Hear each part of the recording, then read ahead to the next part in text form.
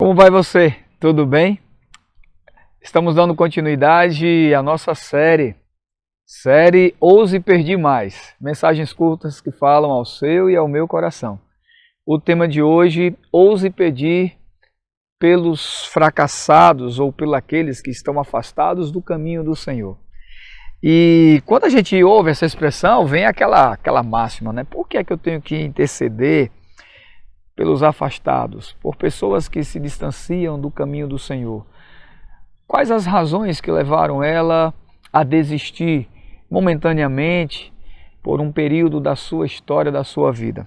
Pois bem, a palavra de Deus no livro de João, capítulo 10, verso 14, narra Jesus como o bom pastor. E no verso 14 diz assim: eu sou bom pastor, conheço as minhas ovelhas e elas conhecem a mim.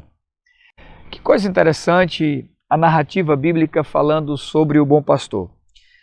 Por quê? É interessante, porque o final dessa história não apresenta sofrimento, mas alegria e vitória. O bom pastor conhece as suas ovelhas, ela também os conhece, e eles se juntam, se aproximam e se completam nesse processo de cuidado e de serviço. Conta a história de uma turista que visitou as montanhas na Escócia, e lá ela se deparou com um grupo de pastores tomando conta de seus rebanhos. As ovelhas estavam devidamente ali no pasto, misturadas, e um dos pastores se levantou e chamou as suas ovelhas para continuar a caminhada. E assustadoramente aquelas ovelhas o ouviram e seguiram. A história dessa turista narrada diz que ela ficou surpresa e um outro pastor se levantou, chamou suas ovelhas e elas também o seguiu. Ela ficou intrigada, se aproximou de um daqueles pastores e diz assim: olha, é incrível, essas ovelhas, elas reconhecem a voz de vocês? E o pastor respondeu: sim. E ela foi mais insistente e perguntou assim: mas essas ovelhas, elas não seguem uma outra voz estranha? E ele respondeu: não. Por um momento aquela jovem contemplou a cena, mas em alguns segundos o pastor continuou o seu comentário e disse assim: não, elas não seguem, mas se elas estiverem doentes, enfermas, elas seguirão a voz de um estranho, buscando tratamento. Sabe o que eu entendo com isso?